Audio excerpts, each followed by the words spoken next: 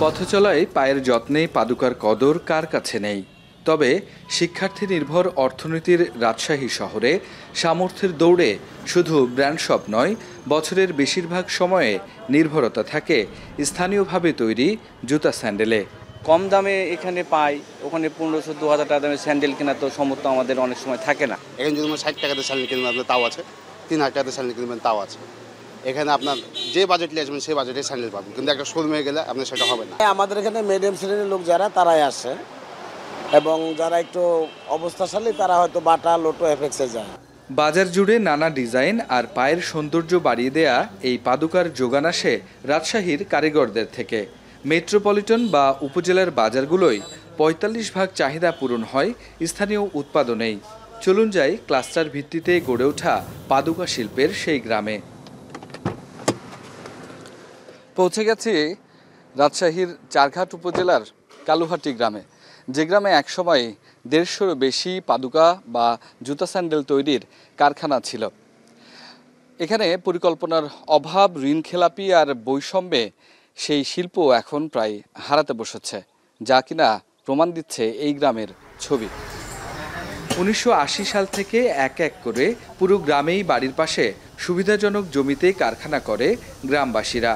গুচ্ছগুচ্ছভাবে গড়ে ওঠা এই ক্লাস্টার শিল্পে কাটিং, সেলাই, ফিটিং, রংসহ নানা খাতে প্রায় ১০,০০০ শ্রমিকের কর্মসংস্থান সৃষ্টি হয়।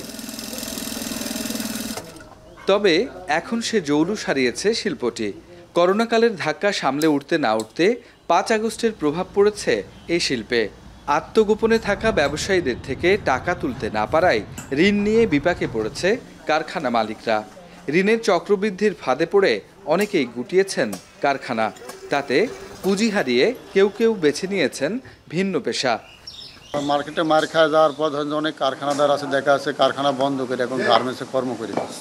আগে দেখা আছে কারখানা ছিল মোটামুটি 50-60টা, এখন কারখানা বন্ধ হয়ে যায়, মোটামুটি হাতে কোনো এখন 3-4টা কারখানা কোন রকম চলে, তা কোনোরকম এরা ধরে রাখে। সম্পর্কের খাতির অনেক ব্যবসায়িক আছে যারা মাল নেওয়ার পরে টাকা দিব বলে দেয় না। অনেক মহাজন আছে 10 লাখ, 5 লাখ, 2-1 লাখ, অনেকেই যে ভিটামাটি বিক্রি করে দেওয়াও এখান থেকে চলে গেছে শুধু ব্যবসায় লসের কারণে।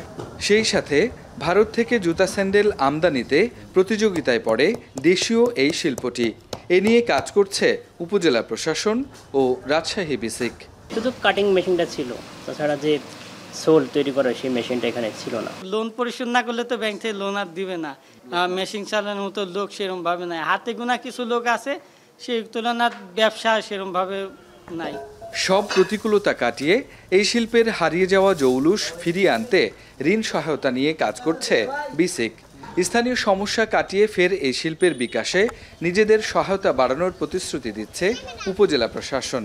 ৪-৫ বছর ডাউন হওয়ার পরে এবারই রোজারিতে কালোহাটির মাল সুন্দর একটা চাহিদা দেখা গেছে, তাতে একটু ভালো লাগছে যে কালোহাটি মাঝখানে ডাউন গেলেও আবার একটু ঘুরে দাঁড়াতে পারবে বলে আমি মনে করি। তাদের পাশে দাঁড়ানোর চেষ্টা করছি যে যেভাবেই হোক তারা আবার যাতে ফিরে আসে।